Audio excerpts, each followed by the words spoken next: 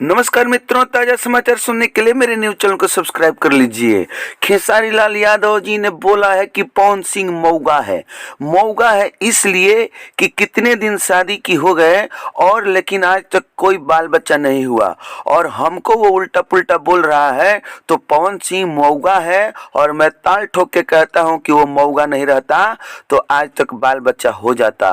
पवन सिंह को बहुत भारी करारा जबरदस्त बात कहते हुए खेसारी लाल अखिलेश कश्यप जी के घर से बक्सर से पूरा मंच पे पूरे लोग थे, और उस जमावड़ा के बीच में खेसारी लाल यादव जी ने पवन सिंह को इतनी बात कही है कि पवन सिंह मौगा है, नहीं तो अभी तक बाल बच्चा हो जाता। और साफ तौर पर ने खेसारी लाल यादव जी बोला है कि नहीं, खेसारी लाल यादव का कहना है कि अब मर भी जाएगा पवन सिंह तो उसके घर सोहर नहीं बजेगा, क्योंकि मेरे नाम का सोहर बजवाया है। और यदि उसमें ताकत है, हिम्मत है, मर्दानगी है तो बच्चा पैदा करे, मैं उसके घर जाऊंगा सोहर गाने के लिए।